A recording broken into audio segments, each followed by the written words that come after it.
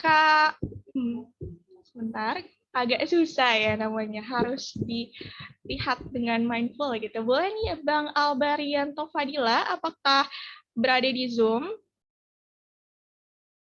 Halo Bang.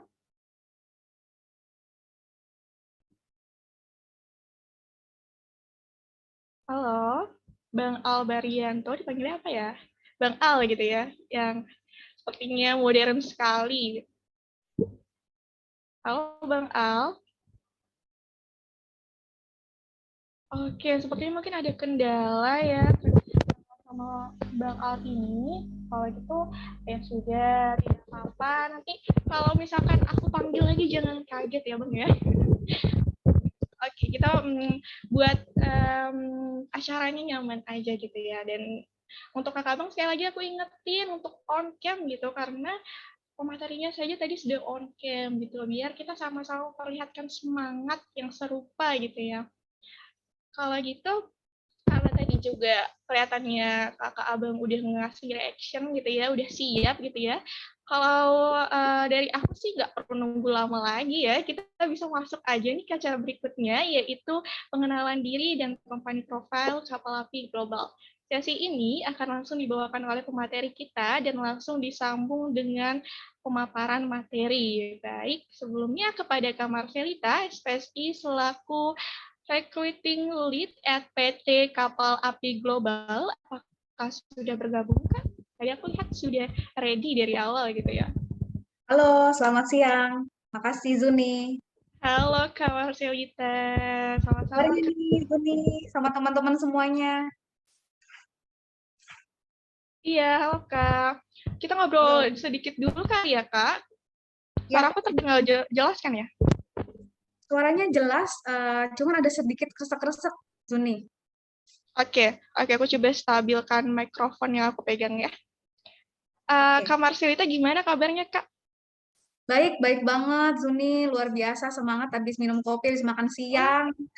aku tahu nih kopinya apa. Kopinya teman-teman minum juga nggak ya? Apa tuh Kak? Spill dong Kak. Kopinya gambarnya kapal. Hmm, sepertinya tidak asing gitu ya. Kapal laut mungkin. Kapal apa nih, Kak? Udah pasti kapal api ya, kayak. Zuni minum juga nggak?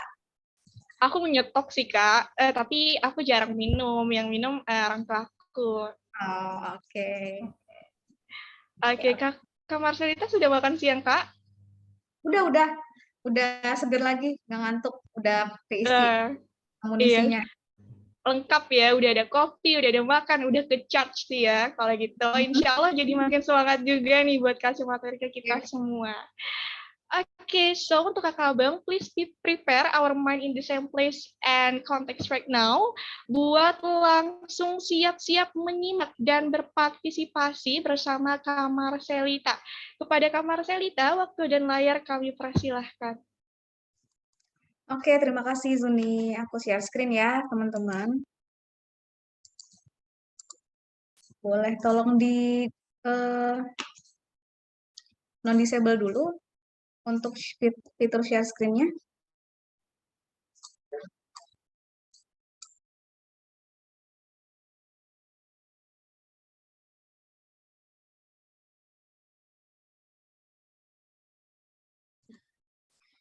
Oke, teman-teman semua, selamat siang. Wah, ini pesertanya, partisipannya sudah ada 201 ya. Udah banyak banget nih, pasti udah pada semangat semuanya buat ngikutin event Kampus Talk pada siang hari ini. Saya mengucapkan terima kasih banyak buat teman-teman semua untuk waktunya. Jadi untuk siang ini mungkin di sini sebagian yang kemana saya lihat semester 3 ya, mayoritas ya. Semester 3 ada juga tuh yang kemarin semester 9, semester 5 gitu.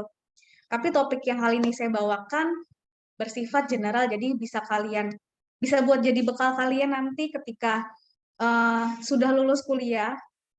Jadi sudah mau memasuki tahap-tahap yang lebih profesional ini bisa menjadi bekal buat kalian nanti gitu. Jadi topik yang akan saya bawakan pada siang hari ini adalah essential things to prepare for the best future career. Nah, sedikit Kita kenalan dulu sama kapal api ya, kapal api grup, kapal api global. Jadi mungkin yang kalian tahu produknya itu adalah kopi kapal api ya, yang sering dijual di modern market, traditional market gitu. Tapi kapal api sendiri ini memiliki visi growing together as an innovative and global food and beverage company. Dan kita membawahi 7 bisnis unit di sini teman-teman. Ada manufakturnya, ada Excelso, habis itu ada juga distribusi company-nya, Fasata Buana, perkebunan,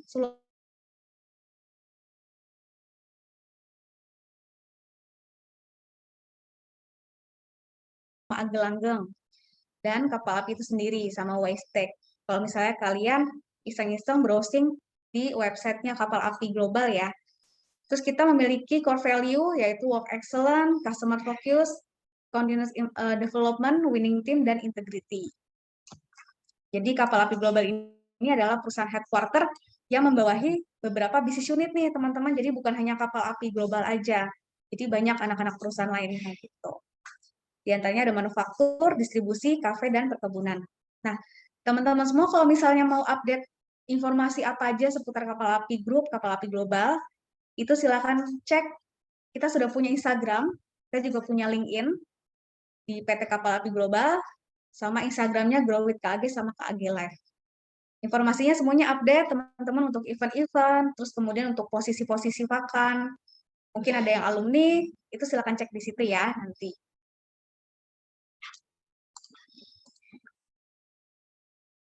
Oke. Nah, teman-teman semua, sebelum kita mulai masuk nih ya ke dalam topik utama kita, aku mau tahu dulu what is the important things that have to be prepared for entry life after college. Mungkin Kak Tommy boleh silakan share poolingnya.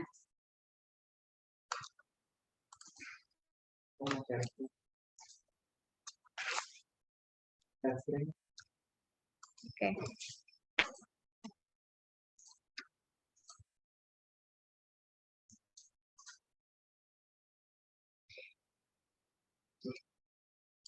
Nah, teman-teman semua, kita udah kirimin link nih di kolom chat box. Silakan kalian klik ya linknya yang udah dikirim sama Kak Tommy. Aku mau tahu sih apa nih kira-kira hal penting yang perlu kalian persiapkan setelah lulus kuliah, terus mau masuk ke dunia kerja. Apa sih yang penting menurut kalian? Experience, skill, pengalaman kerja. Oke. Kemampuan berkomunikasi, mental, adaptasi ya. Mentality, oke. Keberanian, relasi. Betul banget teman-teman, relasi. Wah, mostly jawabannya ini ya, soft skill dan hard skill ya. Networking. Ayo, apalagi teman-teman kira-kira menurut kalian hal penting yang perlu dipersiapkan untuk memasuki dunia kerja nanti? Kesehatan, oke. Mungkin biar fit gitu ya kalau mulai masuk dunia kerja. Mungkin ada yang kerjanya banyak membutuhkan tenaga, basic knowledge, baik. Communication skill. Ya, betul banget teman-teman. Untuk skill, hard skill sama soft skill, ini semua nanti akan kita bahas di slide berikutnya.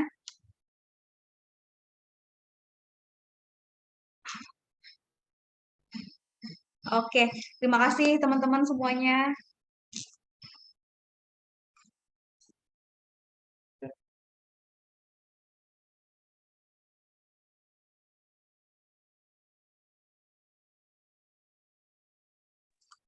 Oke, teman-teman, terima kasih banyak. Itu tadi jawaban dari kalian. Mostly jawabannya adalah soft skill sama hard skill.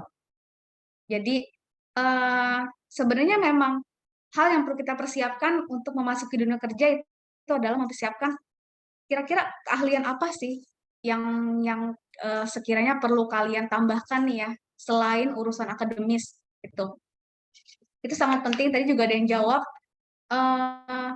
Mentality, ya, persiapan mental memang perlu. Mungkin lulus kuliah, terus kalian ada yang belum siap untuk langsung auto masuk dunia kerja. Ada yang mau, kira-kira saya cari referensi dulu lah ya, gitu. Cari-cari dulu perusahaan mana nih yang menurut saya nih lebih tepat untuk diri saya, untuk skill saya, kayak gitu ya, itu nggak apa-apa, bisa. Oke, next. Nah, ada sebuah kalimat, jadi managing your career is not a one-time decision, but a series of decision made over your lifetime gitu. Jadi mengelola karir itu bukanlah suatu keputusan yang satu kali muncul dalam hidup kalian, tapi itu serangkaian keputusan yang dibuat selama hidup kalian supaya kalian juga bisa apa ya, kalian memiliki vision gitu ke depannya terhadap diri kalian sendiri, terhadap masa depan kalian inginnya seperti apa gitu. Terus kalian punya path karirnya tuh bagaimana yang kalian inginkan kayak gitu. Jadi bukan cuma kalian lulus kuliah, oke, saya pengen jadi ini, saya pengen kerja di satu perusahaan ini aja selamanya. Ya itu bebas, tapi kalian juga harus mempertimbangkan kira-kira apa sih yang perlu saya pelajari gitu ke depannya. Yang saya ambil ilmunya dari perusahaan A, yang saya dapatkan tuh apa aja terhadap growth dari diri kalian masing-masing.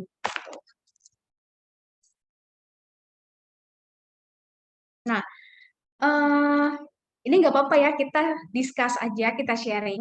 Mungkin dari kalian yang semester 3 ataupun semester 5, aku mau tahu sedikit gambaran dari kalian, kira-kira tempat kerja yang ideal menurut kalian itu seperti apa sih nantinya ketika sudah lulus kuliah, kalian pengen tempat kerja yang bagaimana?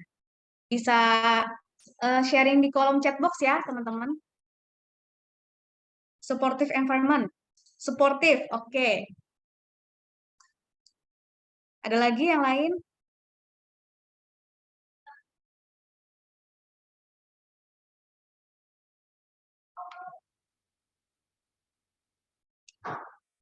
Ayo teman-teman, kira-kira mau tempat kerja yang gimana nanti?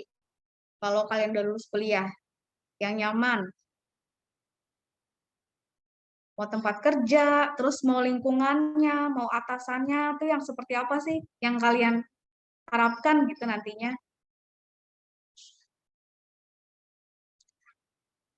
Lingkungan yang sehat, produktif.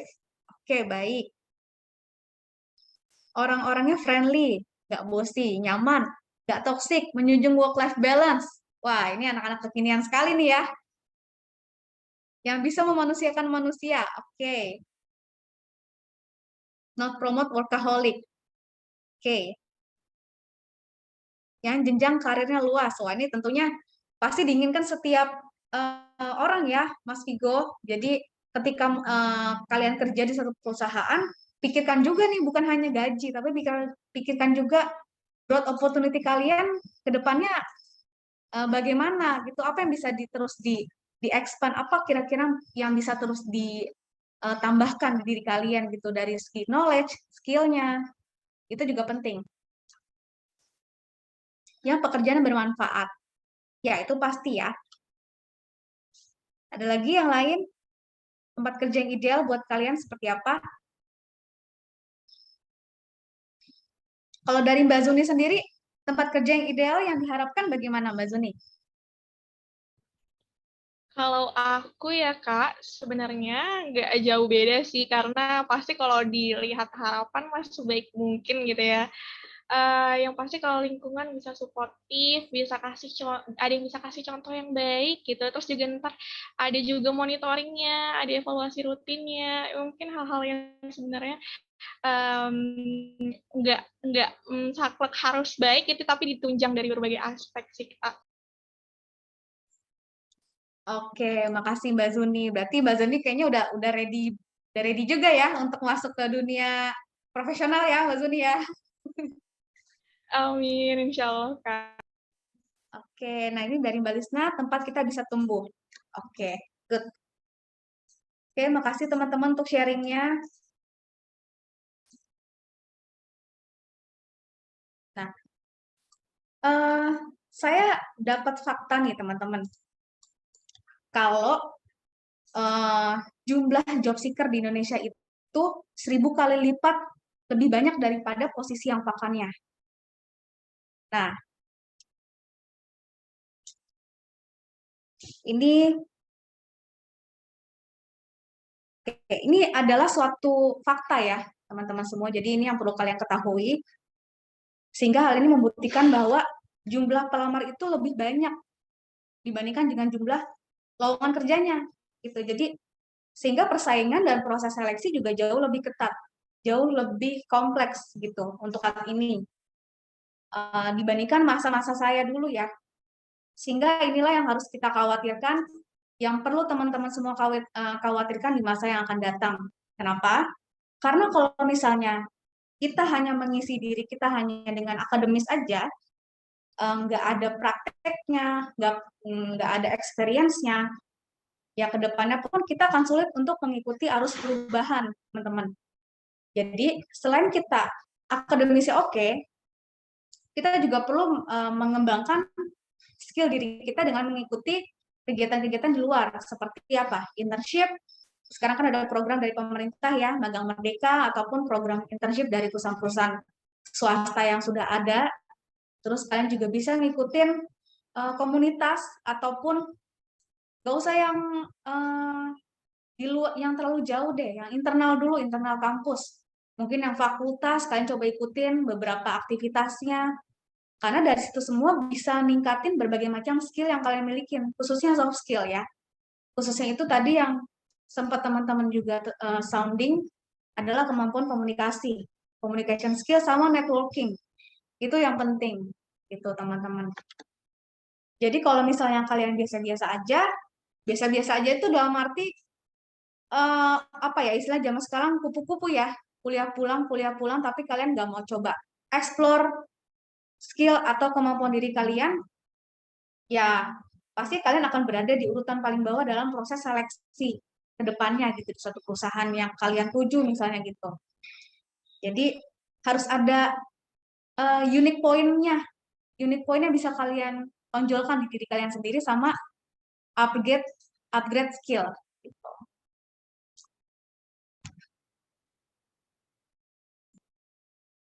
Oke. Nah, ini ada kesalahan yang sering dilakukan sama para job seeker waktu pertama kali mereka melamar kerja ya. Yang pertama itu adalah, nah, jadi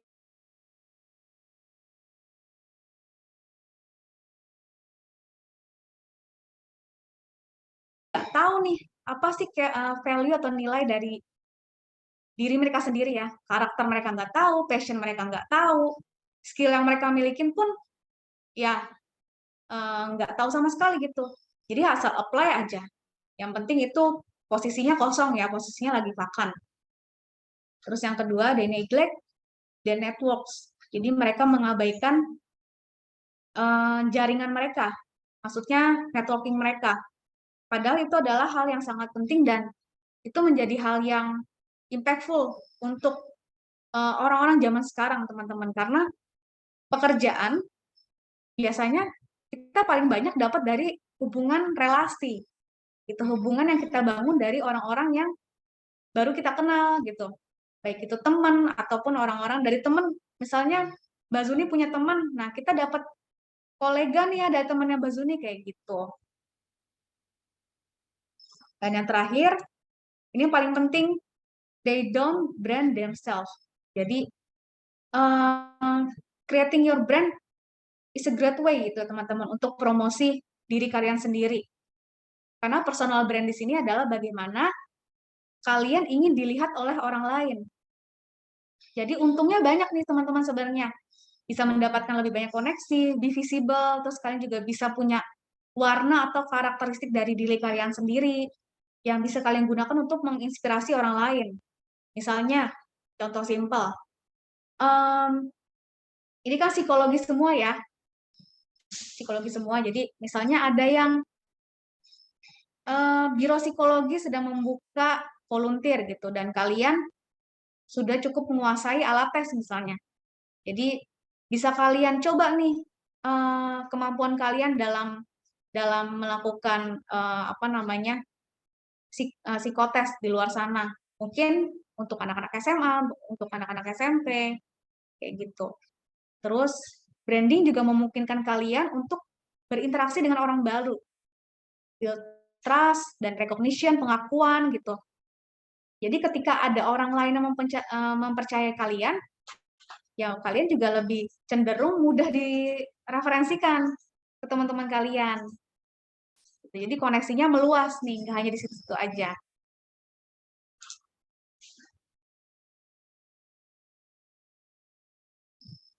Oke, untuk selanjutnya ini adalah gambar roda, teman-teman.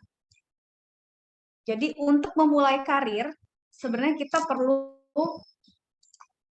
the essential wheel of career preparation. Nah, dalam roda ini, komponennya adalah career opportunity, ada skill dan experience, terus ada supportive people, sama work style dan interest. Nah, teman-teman di sini semua ada yang pernah dengar atau tahu nggak istilah work style itu seperti apa sih kira-kira? Kita bisa sharing mungkin di kolom chat box, atau menurut pandangan kalian work style itu bagaimana?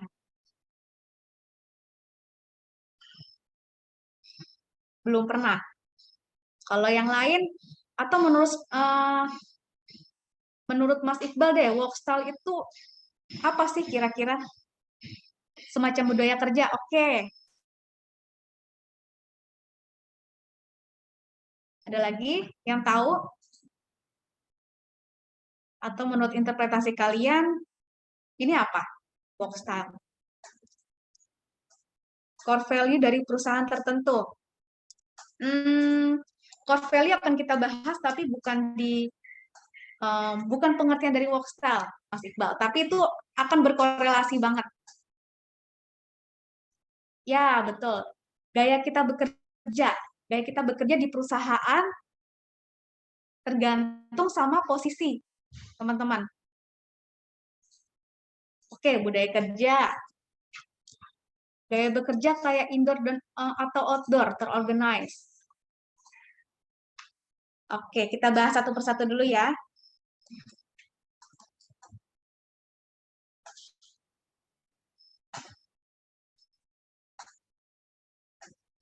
Nah, di sini ada 3 tipe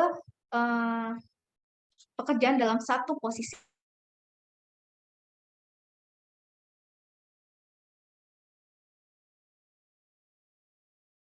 Dalam bekerja ini, ada sebuah posisi yang benar-benar create konsep gitu ya.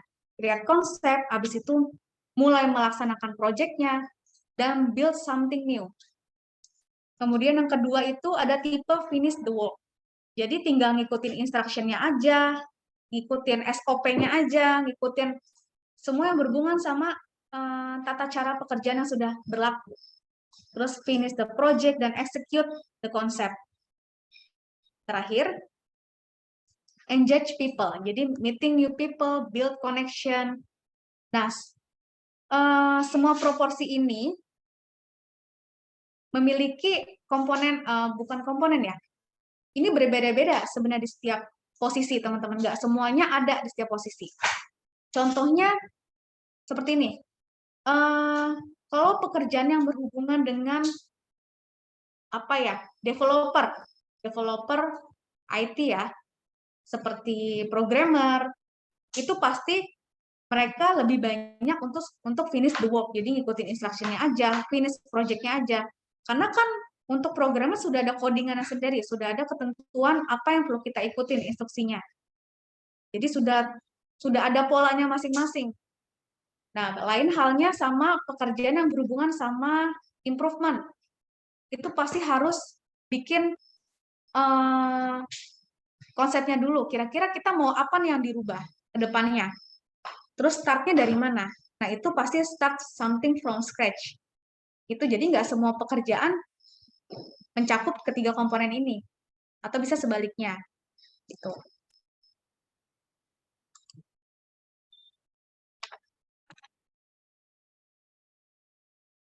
Nah, selanjutnya Ini sangat berhubungan.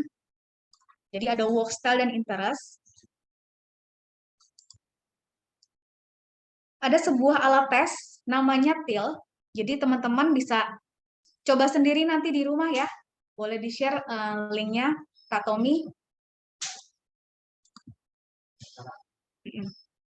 Nah, dalam TIL test ini sebenarnya adalah salah satu tools yang kita gunakan. Dari mana kesimpulan muncul?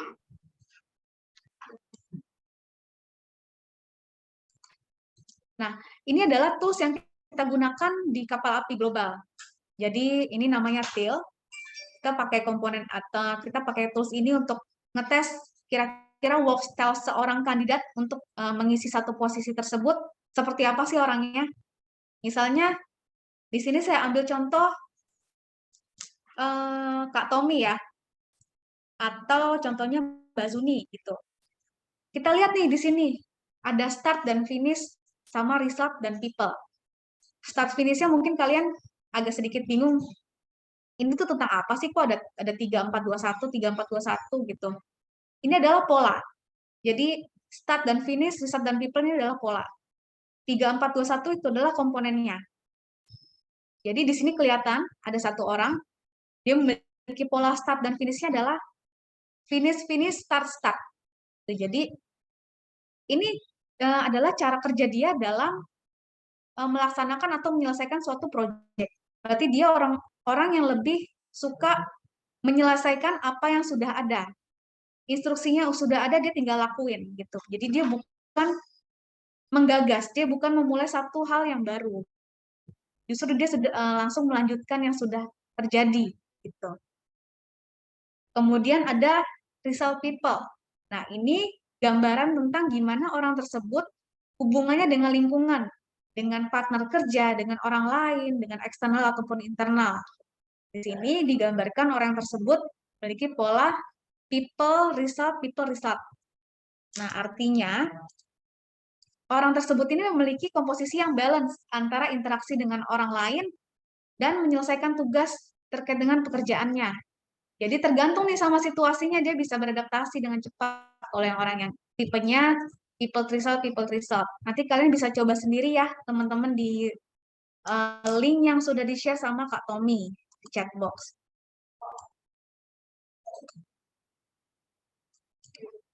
Oke, next-nya.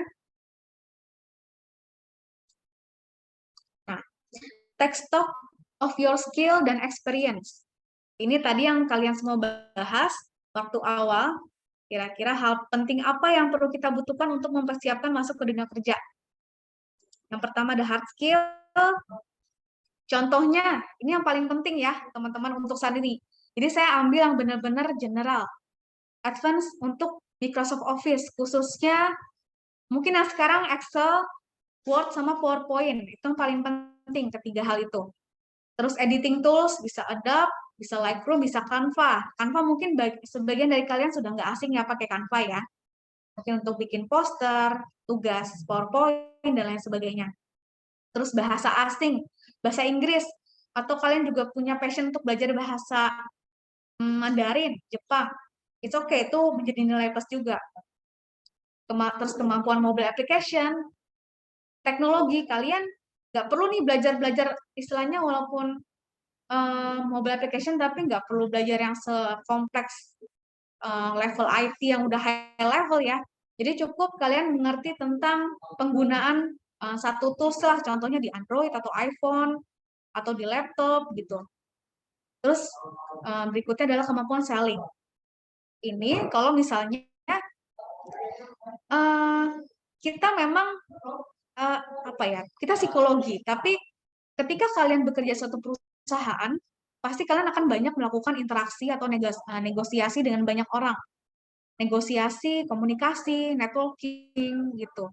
Jadi kemampuan influence people itu juga penting. Selanjutnya ada soft skill. Nah, ini yang paling penting adalah communication skill, planning dan organizing, problem solving, adaptability, sama teamwork. Jadi kalau misalnya kalian di kantor nanti, atau kalian ada yang mau buka ada yang lanjut kuliah, atau kalian membuka usaha sampingan, dipastikan kalian punya kelima soft skill ini, teman-teman. Karena kalau misalnya communication skill, kalian udah nggak punya aja, udah zero, pasti ketika kalian berhadapan dengan orang baru atau pro hire, akan sulit untuk diri kalian sendiri untuk menyesuaikannya. Gitu. Karena kan karakteristik orang, usia mereka juga beda-beda ya. Nggak bisa kita ketemu, kita kerja satu perusahaan, orang-orangnya muda semua, itu nggak bisa. Nah, dari hard skill dan soft skill ini, nggak sampai situ aja, teman-teman. Tapi kalian juga perlu convert lagi menjadi hal yang terlihat gitu, ada hasilnya. Itu ada experience. Jadi, coba kalau kalian misalnya jago editing tools ya,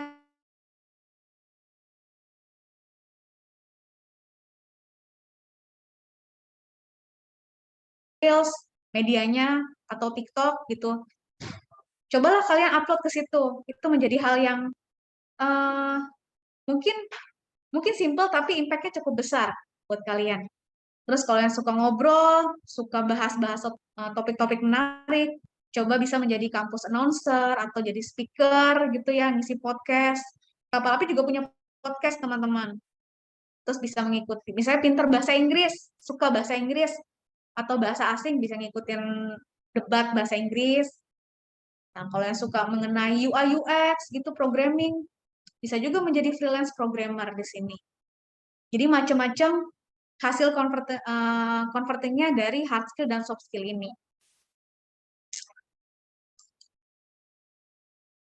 Oke, next. Nah, untuk kita terus memperdalam hard skill kita, gak hanya soal belajar dari teman ke teman aja, atau kalian browsing dari YouTube ya, atau Google, tapi banyak media yang bisa kalian gunakan. Nah, ini contohnya, kalau dari Instagram, kalian bisa follow Harvard Business Review, McKinsey. Untuk yang Indonesia mungkin Ruang Guru atau Skill Academy ya. Dulu saya waktu zaman-zaman dulu mau belajar Excel, saya coba akses dari Skill Academy, ngikutin course-nya di situ waktu itu. Sekarang kan juga udah banyak ya Ruang Guru, informasi-informasinya yang ditampilkan, yang bisa kalian ikutin. Nah, kemudian kalau dari podcast sekarang kan udah banyak ya, muncul-muncul di YouTube tuh, ada Vokaktif, mungkin obrolan-obrolan santai juga yang mungkin kalian tahu di YouTube itu banyak, dan VOA juga. Nah, ini 1% podcast, terus di HBR, Gartner Thinkcast, habis itu ada Magna Talks, TED Talks, habis itu ada 30 Days of Lunch. Ini juga informatif banget, teman-teman. Informasinya bukan hanya seputar akademis aja, tapi luas. Ada pengetahuan juga yang bisa kalian dapatkan dari sini. Dan terakhir, nah ini mungkin sebagian besar dari kalian masih tutup mata ya untuk hal-hal ini, karena mungkin kayaknya untuk sekarang urusan kampus udah banyak deh. Jadi kayaknya ini ntar dulu. Justru di semester-semester kalian ini sekarang 3, 4, 5, cobalah ambil sertifikasi dari platform-platform yang free. Contohnya ada Google Certification, itu free. Ada juga LinkedIn Learning. Kalau mau yang berbayar dan informasinya jauh lebih banyak, itu bisa ngambil course di Udemy ya, atau Coursera. Terus Audible juga untuk yang luar. Itu semua bisa kalian akses tergantung topik yang kalian ingin pelajari, atau satu kemampuan yang ingin kalian cari tahu misalnya. Mungkin kalian mau expand pengetahuan kalian, nah cobalah akses dari situs-situs ini. Oke, teman-teman semua di sini udah pada punya LinkedIn atau belum punya? Atau ada yang baru dengar LinkedIn itu apa?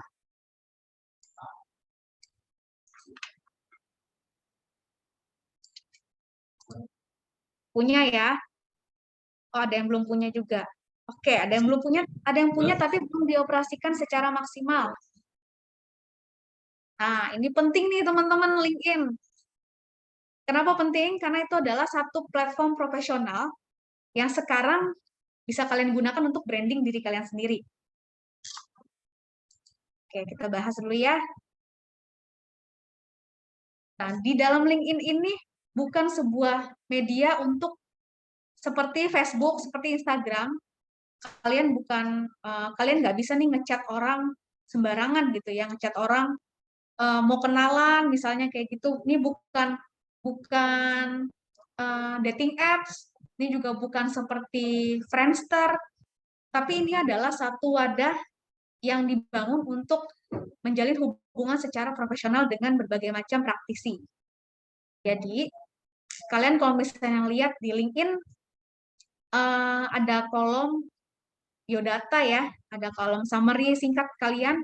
Nah, coba di situ kalian membuat summary tentang diri kalian sendiri. Kalian bisa jelaskan siapa sih diri kalian, keahliannya di bidang apa yang sedang kalian lakukan. Jadi singkat aja, buat paragraf tapi nggak begitu banyak yang menggambarkan tentang keaslian diri kalian sendiri. Gitu. Terus tampilkan juga highlight ini tentang skill, kemudian pengalaman yang kalian miliki, misalnya pernah ikut magang, pernah menjadi perwakilan kampus untuk lomba debat, gitu. Kalian cantumkan di situ.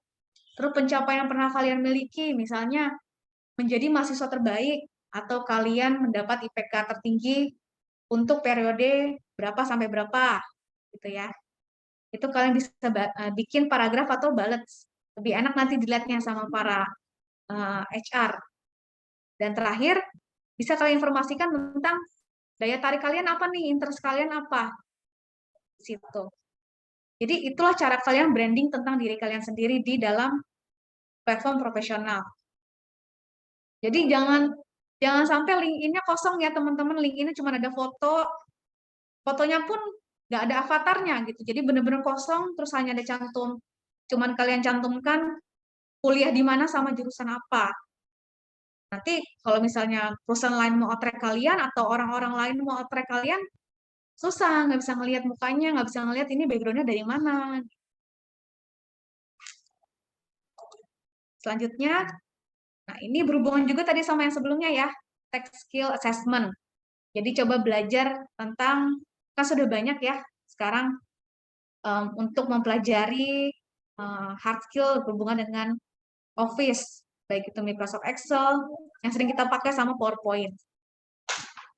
Sudah banyak yang free juga sebenarnya di sini, ada tersedia dari LinkedIn ataupun Google.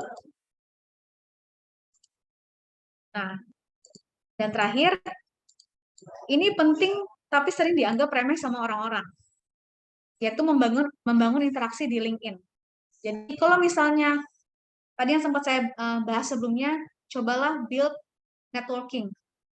Nah, ketika ada postingan-postingan atau post yang relevan menurut kalian, cobalah kalian kasih komentar di situ yang menarik gitu.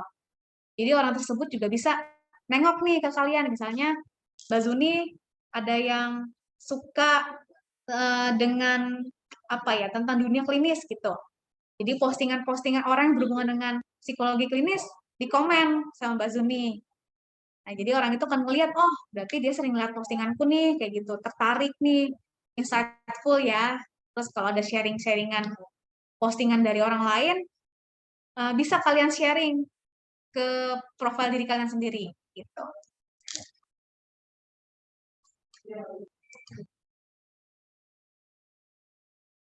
Oke, selanjutnya career opportunities. Kira-kira setelah kalian lulus kuliah, kan banyak ya teman-teman platform atau job portal berseliweran nih di mana-mana, job fair berseliweran. Nah, salah satunya itu bisa kalian akses dari berbagai macam media sebenarnya ya, baik itu dari company website-nya, dari job portal, dan lain sebagainya. Tapi pertama yang kalian lakukan dulu adalah tahu dulu industri yang kalian ingin lamar tuh apa. Kalau kalian lamar kerja, kan sekarang banyak ya job portal tapi yang perusahaannya itu unknown. Diinformasikan itu nanti. Gitu ya. Mungkin mereka pakai headhunter. Tapi kalian juga harus tahu nih kan mereka cantumin biodata singkat di situ. Lihat dulu industrinya apa. Nah, di sini ada beberapa macam jenis industri yang kalian semua harus tahu sama sektornya. Pertama ada FMCG, ini seperti kapal api. Kedua ada education, lalu ada financial service. Itu seperti perbankan ya, perbankan. Kemudian apa ya, saham-saham di zaman sekarang lagi booming. Terus healthcare, lalu ada media seperti media-media yang ada di televisi ataupun media cetak, lalu ada transportation, ada agribisnis, sama hospitality. Nah, ini ada yang hotel, tourism, dan lain sebagainya.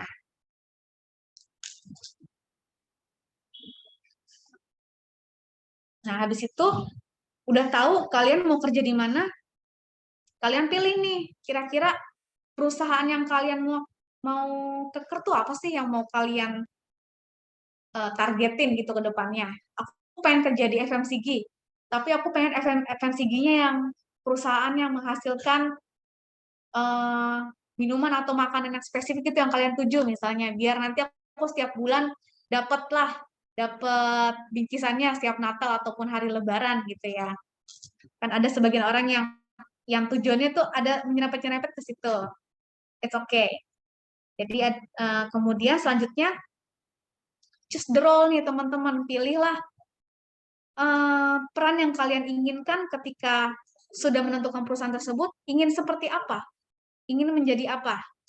Nah, kalau teman-teman semua di sini, kalau nanti lulus kuliah, pengen kerjanya apa posisinya? Bisa sharing di kolom chat box, teman-teman, pengen jadi apa?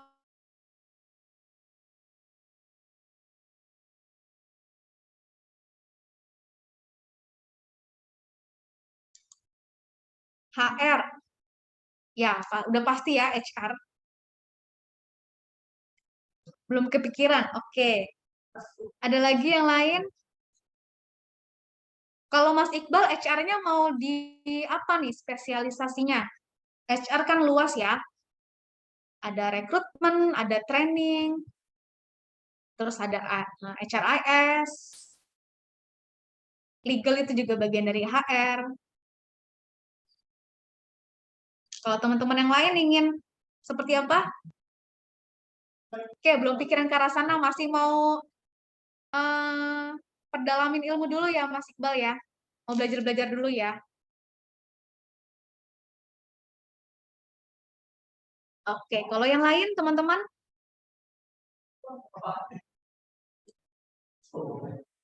Kalau lulus kuliah, pengen jadi apa? Mungkin ada yang mau jadi psikolog, atau mau lanjutin di psikologi industri dan organisasi, PIO-nya.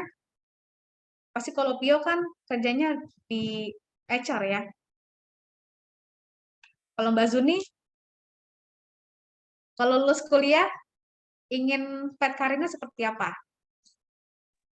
Aku minat di psikolog pendidikan sih Kak, sejauh ini. Psikologi pendidikan ya? Iya betul, karena magangnya juga dapatnya di sana gitu. Jadi, jadi emang udah dari awal memantapkan juga sih. Jadi udah tahu gambarannya, skup pekerjaannya ya Mbak Zuni. Oke, ini juga ada nih yang mau jadi di bidang education. Oh, ada juga yang di bidang konselor ya, psikolog klinis. Jadi UX researcher. Wah, ini keren banget nih. Jadi out of the box ya. Kayaknya ini harus belajar online course nih, Mas Guru. Biar perdalamin lagi hard skill-nya. Oke, next. Nah, ini tadi yang sempat saya infokan. Jadi, opportunity yang bisa kita dapatkan nanti ketika lulus kuliah, jangan stuck cari informasi posisi vakan atau lowongan kerja di satu media aja. Jadi, usahakan kalian aktif ya, jangan pasif. Karena berbagai macam cara bisa kita dapatkan informasinya. Pertama dari LinkedIn, perusahaan tersebut yang sudah kalian tentukan. Terus bisa dari Jobstreet juga, yang paling banyak. Mungkin yang sekarang udah umum. Lalu dari website company website-nya juga. Biasanya di situ ada kolom karir, kalian bisa klik. Lalu ada media sosial nih teman-teman dari Instagram, atau sekarang ada beberapa perusahaan juga yang punya punya TikTok ya, punya TikTok sendiri, jadi mereka posting lowongannya lebih banyak di situ, pakai video-video unyu gitu. Nah, ini perlu kalian pastikan juga, dan perlu kalian notice juga, kalau setiap kalian melamar kerja itu tidak pernah memungut biaya apapun. Jadi ketika nanti kalian lulus kuliah dan coba apply kerja, tapi kalian dapat informasi harus bayar sekian untuk bayar uang transportnya, misalnya ke kota mana gitu. Nah, itu udah dipastikan itu adalah scam atau penipuan ya. Jadi kalian jangan sampai tertipu sama hal-hal atau gimmick yang seperti ini.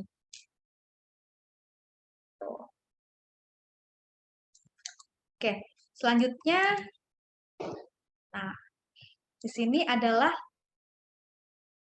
banyak banget sebenarnya hal-hal di luar sana yang bisa mempengaruhi kita terhadap perkembangan karir kita sendiri.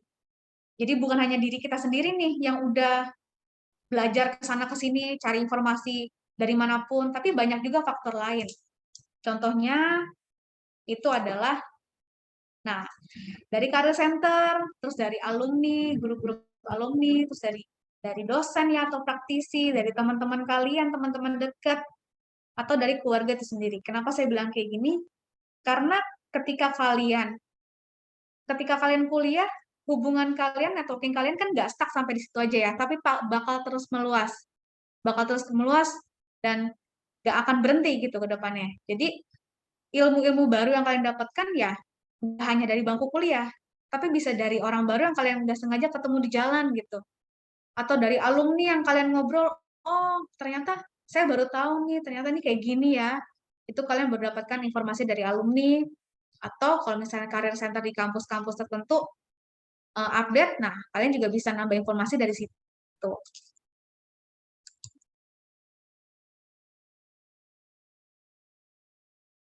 Nah, terakhir dari saya, ada tips for preparation your career. Pertama, tadi adalah, ini bukan suatu paksaan untuk menjadi volunteer, tapi kalian cobalah untuk aktif berorganisasi ya di satu kampus.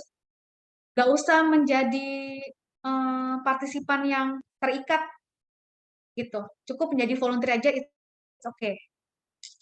Karena untuk menambah pengalaman kalian nanti. Kalau misalnya kalian sudah bikin CV gitu ya.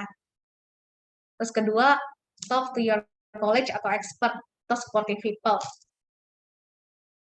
Terus apply for internship. Nah, ini juga sangat penting. UNJ ini sangat mendukung untuk program Magang Merdeka ya, teman-teman.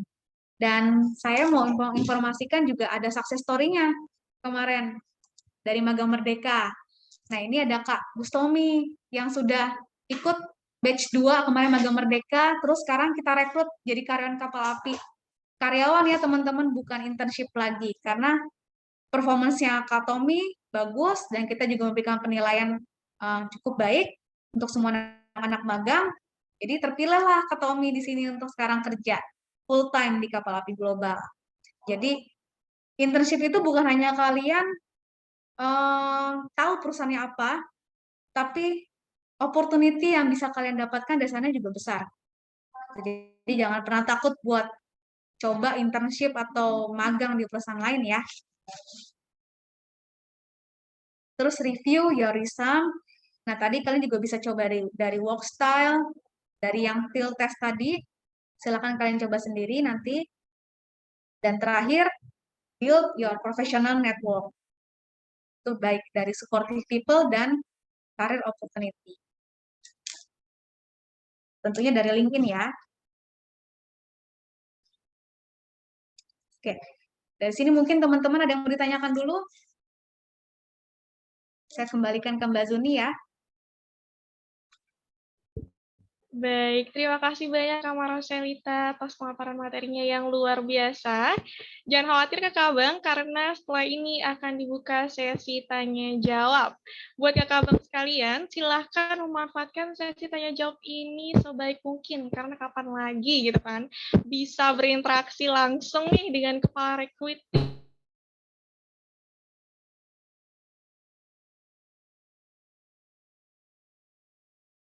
pengetahuan atau setidaknya nih ya keberanian dari kakak abang atau setidaknya lagi itu banyak banget kan manfaatnya, setidaknya lagi dapat menambah kemungkinan atau peluang kakak abang bisa memenangkan reward yang akan diumumkan di akhir acara.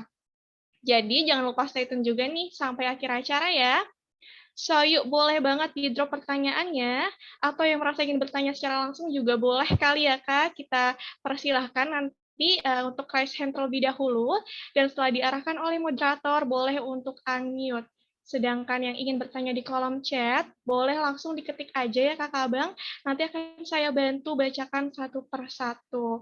Boleh nih, mungkin ada yang sudah ingin bertanya? Oke, ada yang raise hand nih Kak dari Iqbal Alamsyah. Boleh nih Bang Iqbal, mungkin untuk di-unmute terlebih dahulu mikrofonnya. Oke, terima kasih banyak Kak Zuni atas kesempatannya dan terima kasih banyak Kak Mas Rita atas pemaparan materinya. By the way, aku minta maaf karena belum memungkinkan untuk on cam karena sedang hujan di rumah, jadi sinyal agak gimana-gimana. Aku mau tanya Mbak atau Kak terkait tadi LinkedIn. Jadi tadi kan sudah dipaparkan ya oleh Kak Marcel ini terkait bagaimana cara kita branding diri kita di LinkedIn gitu ya. Kita dibangun tentang membuat rangkuman terkait diri sendiri dan lain-lainnya. Kalau dari itu yang mesti tanyakan itu apakah ketika kita udah membangun profile LinkedIn kita dengan sebagaimana mungkin gitu, apakah itu memungkinkan untuk recruiter atau orang-orang HR itu untuk kayak reach out kita secara dari mereka gitu ya Kak, atau itu bisa memungkinkan nggak kalau gitu atau cuman kayak kita apply dulu baru mereka lihat profile LinkedIn kita? Kayak gitu pertanyaannya apa dipahami tidak ya, Kak? Ya, dipahami Terima kok. kasih, Kak. Terima kasih ya pertanyaannya, bagus banget.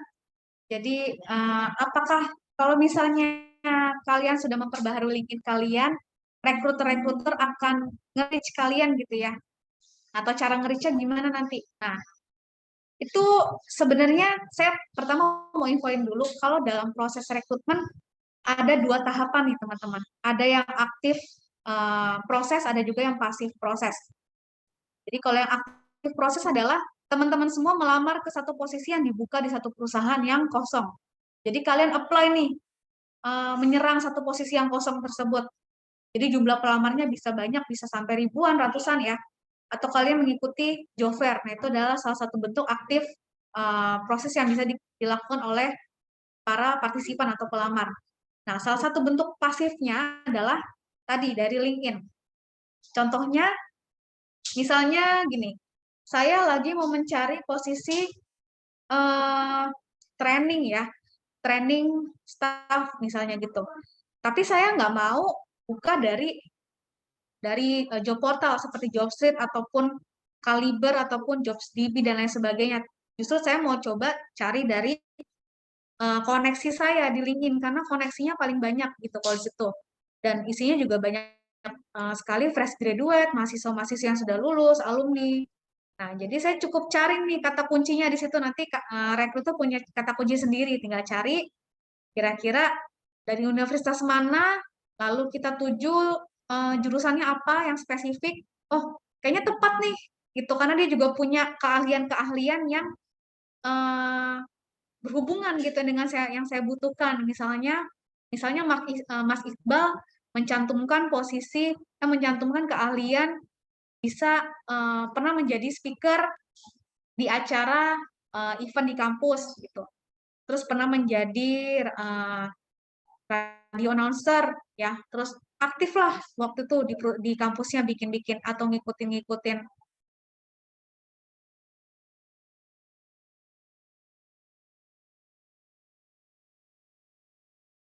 mencantumkan keahlian lain di bidang editing toolsnya jago, misalnya pinter edit video, pakai misalnya Adobe ya, terus pakai juga Filmora dan lain sebagainya. Oke, itu checklist lagi 2. Nah, nanti tinggal saya deketin Mas Iqbalnya. Tinggal saya DM. DM-nya tentu saja bukan DM, halo Iqbal, gitu. Tentunya DM-nya itu secara profesional ya, teman-teman. Jadi kalau misalnya di LinkedIn pun, walaupun itu medianya profesional, kita nggak bisa DM mereka, halo Zuni, salam kenal, salam terkoneksi ya. Itu is oke. Tapi kalau langsung minta nomor teleponnya, minta kontaknya, nah itu dipastikan jangan ya teman-teman ya, karena orang pasti akan melihat attitude kalian juga di situ dalam berkomunikasi, tata bahasanya seperti apa gitu. Jadi possibilities-nya ada ya Mas Iqbal untuk seorang recruiter mencari kandidat itu dari LinkedIn dengan cara nge-approach mereka langsung gitu. Oh, I see. Berarti mungkin kan bisa ya, Mbak ya? Oke, Iya pasti. terjawab Mungkin banget. terjawab sekali Kak. Terima kasih banyak untuk jawabannya. Oke, sama-sama. Ada lagi yang Baik. Ayo, mungkin yang lain. Oke, ada yang raise hand lagi. Sepertinya sangat interaktif ya, Kak. Aku sempat galau gitu ya. Kok chatnya sepi ternyata pada mau speak up langsung nih terkait dengan diam-diam kesan-kesan masa menghanyutkan. depannya. Iya, itu dia. Oke, boleh kepada Vigo Arfandi, silakan untuk unmute mikrofon. Halo Kak Zuni, halo juga Kak Marcelita. Loh, Sebelumnya mohon maaf belum bisa on cam karena lagi hujan, sinyalnya nggak bagus. it's Aku okay. pengen nanya Kak.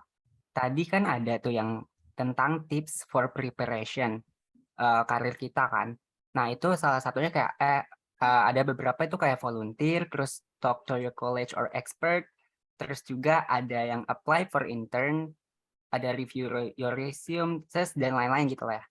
Nah, uh, aku ini sebenarnya lagi magang gitu kan, tapi itu unpaid. Jadi kalau menurut kakak itu gimana sih Kak tentang unpaid internship itu? Aku sendiri sebetulnya menanggapinya positif karena buat skill sama pengalaman, tapi kalau menurut Kak Marcelita gimana Kak? Terima kasih. Oke, terima kasih Vigo untuk pertanyaannya. Vigo sekarang magangnya di mana? Dari magang Merdeka atau dari apa ya namanya apply biasa, Vigo? Aku apply biasa Kak, karena magang Merdeka kan semester 5 kalau nggak salah. Oh, oke. Oke. Kalau untuk magang, jadi mungkin aku balik dulu cerita ke masa lalu ya, waktu aku lulus kuliah. Bahkan waktu aku masih semester 5 gitu. Aku ngikutin magang di kampus waktu itu, tapi aku nggak mikirin soal benefit materi dulu, material yang aku pikirin itu aku nggak mikir ke situ dulu. Padahal waktu itu tempat magangnya jauh.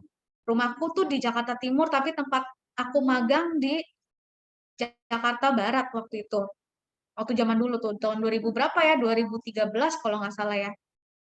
Jadi, tapi awalnya aku ngeluh ya. Awalnya aku ngeluh karena ini nggak dibayar gitu. Tapi ternyata proses magang di sana dan pengalaman sama ilmu yang aku dapetin banyak banget teman-teman.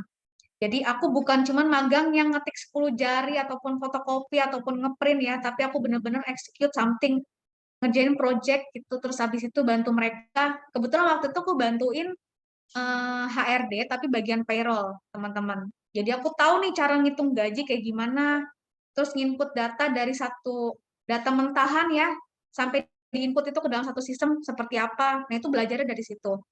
Sampai ngerasain capek-capeknya kerja ngikutin data karyawan bagaimana itu juga dari situ.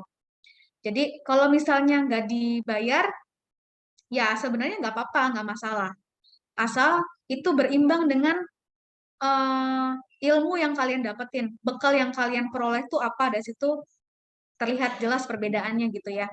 Jadi bukan cuman tadi kerjaan-kerjaan yang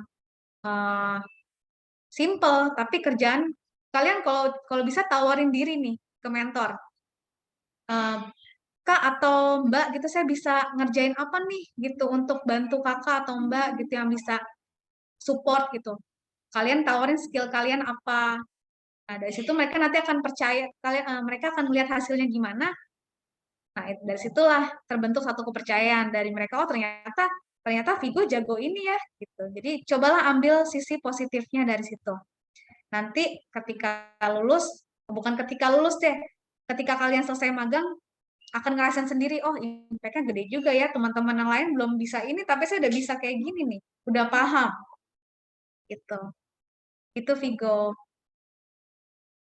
Oke Kak, berarti memang harus ditanggapi dengan positif ya Kak ya. Iya, Sudah sangat terjawab Kak, terima kasih banyak. makasih banyak Vigo. Oke, ada lagi teman-teman yang lain? Oh, Oke, ada. iya ada nih Kak. Mungkin boleh langsung ya Kak, aku bisa untuk Kak Lisna, unmute mikrofonnya. Yang Terima kasih bicara, Kak. Kak Zuni. Nah, terima kasih Kak Zuni dan terima kasih Kak Mas Elita. Saya izin bertanya, kan kita semua pasti pengen ya Kak untuk diterima di perusahaan-perusahaan ternama. Nah, tapi kan pada realitasnya itu biasanya yang diterima di perusahaan-perusahaan yang udah terkenal adalah orang-orang yang lulus dari universitas ternama atau bahkan dari luar negeri. Nah, pertanyaannya itu gimana sih Kak caranya kita punya keberanian diri untuk mendaftar atau mengapply posisi yang kita mau, dalam keadaan kita takut kalau seleksinya itu pasti bakalan ketat. Karena saya sendiri pun dan sering dengar juga dari orang sekitar kayak takut gitu karena persaingannya yang berat, terus kayak self confidence kita tuh langsung turun gitu Kak. Gimana tipsnya menurut Kak Marcelita? Terima kasih Kak. Oke, terima kasih Lisna. Good question juga nih ya untuk membangun rasa percaya diri. Mungkin banyak yang minder, banyak yang cemas nih kira-kira saingan saya nanti di luar sana akan jauh lebih oke nih ya, 2 jempol bahkan 4 jempol tuh sama kaki juga ya. Tapi jangan mengecilkan semangat kalian dulu karena gini. Mungkin saya bicara soal real case-nya aja ya. Untuk beberapa posisi yang sekarang kosong di kapal api dan sudah fulfill orang-orangnya, perbandingannya gini, ada satu orang yang lulusan luar negeri, yang satu orang lagi lulusannya Indonesia, dan itu berasal dari kampus yang bukan kampus terkenal top 10 gitu, justru swasta yang tidak begitu namanya terkenal, tapi dia bisa menampilkan unique selling point-nya dia sendiri. Ketika interview bisa menjawab pertanyaan dengan baik gitu ya. Habis itu apa yang ditanyakan oleh usernya dia juga bisa meyakinkan jawaban-jawabannya yang dia berikan itu bisa meyakinkan usernya. Dan berikutnya ketika kita memberikan tes, nah ini adalah salah satu poin plusnya dari kapal api juga. Jadi kalau kita tes untuk proses seleksi di kapal api ini, kita bukan hanya tes psikologi teman-teman. Jadi kita ada technical test, namanya work sample test, dan itu dibuat sendiri sama atasan langsungnya. Tujuannya buat apa? Agar kita punya gambaran ya, orang tersebut bisa nggak nih ngerjain soal yang kita berikan. Soalnya itu soal real case yang berhubungan sama pekerjaannya. Kalau misalnya dia bisa, dan ketika lolos ke tahapan interview, dia bisa menjelaskan tentang jawaban-jawabannya dengan clear gitu ya, dengan smooth. Nah, itu adalah poin plus dari kita dan juga user. Jadi ya, kenapa kita harus menolak orang tersebut kan? Pertama, dia bisa menampilkan apa yang dia punya dari dirinya sendiri. Kedua, dia ahli dan menguasai bidang pekerjaannya atau posisi yang dia lamar. Ketiga, dia juga tahu nih perusahaan yang dia lamar skupnya seperti apa. Jadi ketika ngelamar tuh nggak bingung. Kamu ngelamar di mana, di kapal api, untuk posisi apa? Untuk posisi HR, kerjanya ngapain? Nah, dia kan HR kan suka banyak yang usil ya, nanya-nanya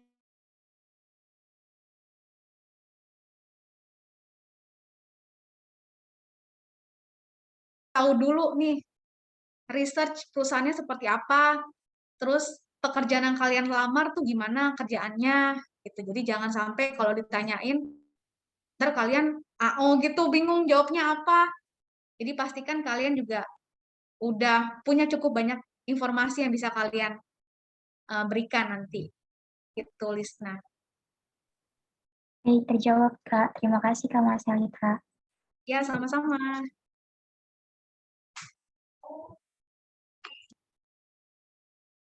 Ada lagi teman-teman? Ayo Kakak Abang, boleh nih mungkin satu pertanyaan lagi gitu ya. Yang mau bertanya langsung atau dari chat Zoom juga boleh. Kapan lagi nanya ke kepala rekrutmen yang pastinya udah praktikal banget gitu ya jawabannya ya. Ayo siapa lagi boleh nih? Ya, mungkin kalau ada yang malu boleh ketik di kolom chat aja ya, teman-teman. Nanti aku bacain, aku jawab. Betul.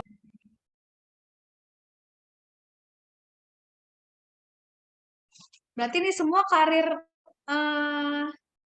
path kalian pengen di HR semua ya, mostly ya. Ada juga tadi Mbak yang di bidang edukasi. Iya bener Kak, mostly kayaknya emang HR itu menarik sekali ya kayak. Betul, betul banget Mbak Zuni. Scope-nya banyak dan luas sebenarnya, bukan hanya satu kerjaan satu hal aja yang kita lakuin, tapi bisa melebar kemana-mana, bisa ke departemen apapun. Ada lagi teman-teman yang mau bertanya? Ayo teman-teman, mungkin ada yang ingin bertanya. Oke, kalau nggak ada mungkin aku kali ya kayak satu gitu nih, aku mau balik ke materi. Kan tadi ada 4 wheel of career preparation nih ya. Oh, sebelumnya suaranya jelas kan ya, soalnya ada yang cuci piring nih. Oke. Mohon maaf ya Kakak Abang kalau misalkan ada noisy, tapi udah disetting insya Allah semoga nggak bocor. Tadi terkait dengan iya Kak, izin ya Kak. Tadi terkait dengan 4 wheel of career preparation itu juga sebenarnya aku baru tahu nih Kak, aku baru terbuka gitu. Nah kalau dari Kak Marcelita sendiri nih Kak, dari 4 itu pengalaman Kakak gitu ya, yang paling effort itu di aspek yang apa ya Kak ya? Yang paling effort ya, effort banget nih ya. Pastinya yang skill dan experience. Karena buat bangun skill dan experience itu nggak mudah. Terutama dari diri kita sendiri ya, kemauannya gitu. Inisiatifnya itu nggak mudah. Bahkan ada sebagian orang yang melihat orang lain dulu nih, melihat temennya dulu, magang, melihat temennya dulu ngikutin event BEM apa atau volunteer apa, terus mereka baru tergerak, itu kan ada ya, Mbak Zuni. Gitu. Oke, jadi udah pasti lebih ke skill dan experience-nya kalau dilihat dari 4 ini ya, karena aspek-aspek lain mungkin bisa mengikuti gitu ya, sejalan dengan si skill and experience ini ya Kak ya. Ya, betul banget. Bisa terbangun dengan sendirinya, khususnya ketika kita sudah punya bekal buat diri kita sendiri gitu, baik itu soft skill ataupun hard skill, terus kita langsung terapin nih ke pengalaman yang baru. Nah, itu pasti supportive people juga akan muncul sendiri dengan di sekitar kita khususnya ya, atau orang-orang baru, teman-teman baru kayak gitu. Terus career opportunity, oh tentu saja pasti banyak. Kalau misalnya kita sudah membangun jaringan yang cukup luas, pasti banyak orang-orang yang deketin kita. Bukan kita yang cari lagi, tapi orang-orang yang udah deketin ke kita langsung approach, langsung hubungin. Oh, misalnya Mbak Zuni magang nih ya di satu perusahaan, terus perusahaan itu cari posisi nih ya untuk user A misalnya, atasannya A. Terus mereka merekomendasikan Mbak Zuni.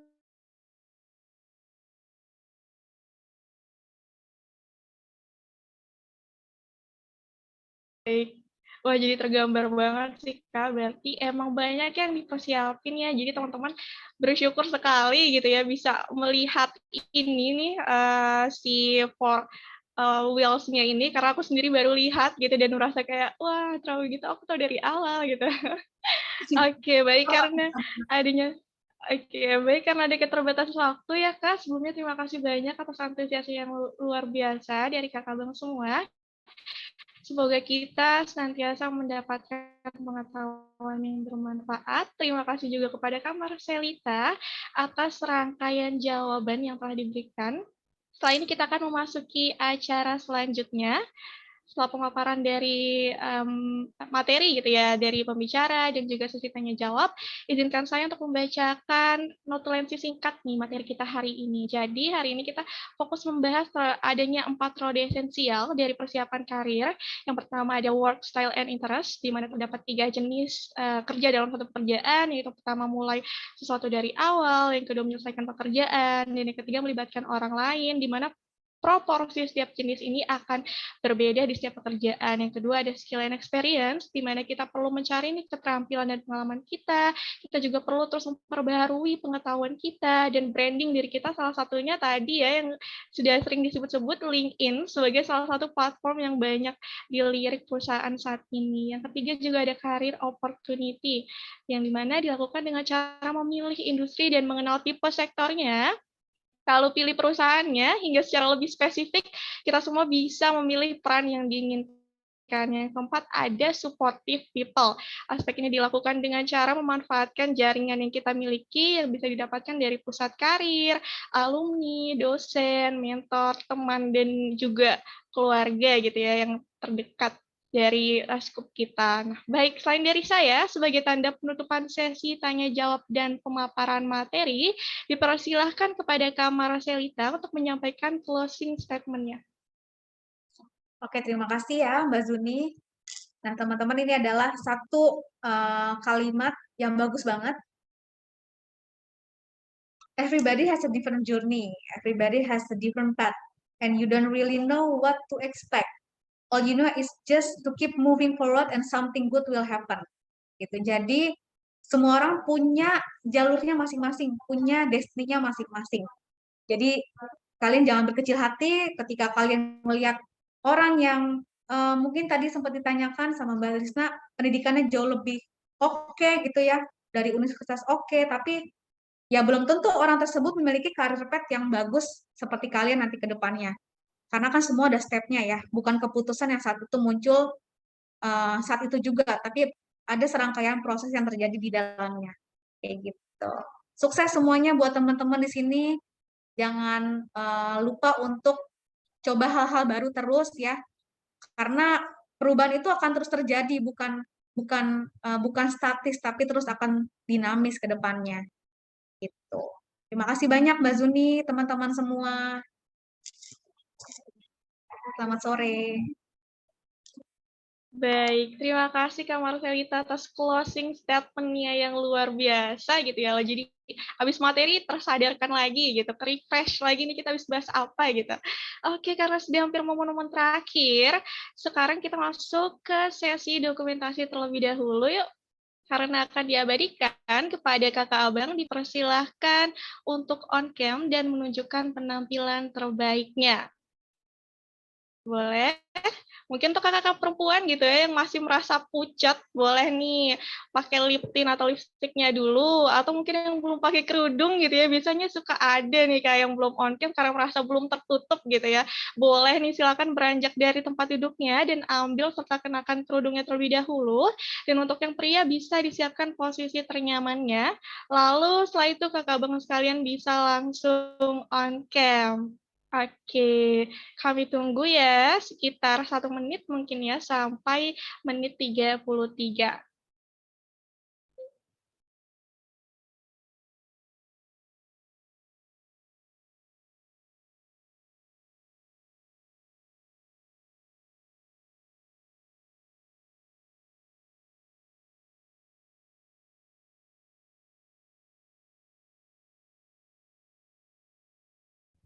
Baik, karena sudah cukup banyak nih ya yang on cam dan ada beberapa slide nih 17, Masya Allah ya, excited banget 200 orang peserta ini gitu ya. Aku coba nih ya untuk mengarahkan kakak abang semua untuk tahan senyumnya sebentar saja karena kita nggak tahu nih di layar panitia kakak abang ada di slide keberapa. Oleh karena itu, aku bantu untuk hitungnya ya. Dimulai dari slide pertama, saya hitung, panitia bisa untuk mempersiapkan dokumentasinya. Slide pertama, 1, 2, 3. Oke, slide kedua, 1, 2, 3. Slide ketiga, 1, 2, 3. Sabar ya, belum ada setengah. Slide keempat, 1, 2, 3. Slide kelima, 1, 2, 3. Slide keenam, 1, 2, 3. Slide ketujuh, 1, 2, 3. Slide ke-8, 1, 2, 3. Di aku 10 sekarang ya, mungkin kata tadi minimize. Slide langsung, slide ke-9 sekarang, sedikit lagi. Boleh langsung di screenshot aja kali ya ke panitia, karena di slide 9 di aku off cam semua. Oke, mungkin itu aja untuk dokumentasinya. Sudah on cam. Lalu untuk Kak Marcelita, jika memiliki kegiatan lain, kami sangat berkenan dan mempersilahkan dengan hormat untuk bisa memilih live acara. Nah, mungkin dari kakak abang, ada yang masih ingat nih, abis dokumentasi ada apa ya? Baiklah, ini dia acara yang tidak kalah ditunggu-tunggu, yaitu pengumuman reward. Saya dengar-dengar sih hadiahnya cukup gitu ya, untuk bisa membuat kita tersenyum gitu. Oke, karena mungkin penasaran juga ya rewardnya apa dan siapa yang dapat. Kalau gitu langsung aja, pemenang reward pertama ada dari Bang Iqbal, selamat kepada Bang Iqbal. Yang kedua ada dari Bang Vigo, selamat kepada Bang Iqbal dan Bang Vigo. Semoga hadiahnya bermanfaat. Nanti boleh ya langsung menghubungi panitia dan nanti akan diarahkan mungkin apa saja yang diperlukan, data dan sebagainya. Dan ini bukan scam gitu ya, karena kita udah ketemu. Oke. Kalau gitu, dokumentasi sudah, pengumuman reward juga sudah, tapi kok kayaknya kurang gitu ya, kalau ada materi dan ikut sampai akhir, kok nggak ada presensi dan evaluasinya gitu ya. Apalagi biasanya nih ya, kalau dari kakak abang yang sudah terbiasa mengikuti webinar, kayaknya kalau link evaluasi itu penting gitu ya untuk dapat sertifikat, dan sebagai bentuk atau tanda nih kita sudah berusaha menambah pengetahuan dan pengalaman. Oke, tenang aja kakak abang, lagi-lagi di sini kita fasilitasiin kok. Oleh karena itu, kakak abang dimohon untuk bisa mengisi link evaluasi yang sudah diberikan di kolom chat Zoom meeting. Boleh nih kakak abang yang sudah lihat pop-up chat dari panitia, dari Bang Tommy ya, sudah ada di aku, boleh nih untuk langsung diklik link URL-nya, atau mungkin yang belum notice gitu ya, boleh diklik aja fitur chat Zoom-nya, dicek apakah ada gitu ya chat dari Bang Tommy. Karena kalau di aku sudah ada, nanti kalau sudah lihat boleh langsung diklik link URL-nya.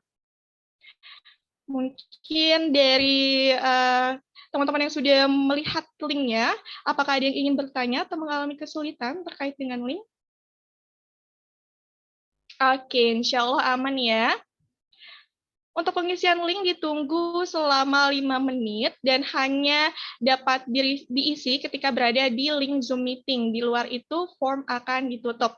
Jadi yuk maksimalin untuk isi form evaluasinya, di mana di sini kami akan berikan waktu sejenak untuk mengisi ya kakak abang.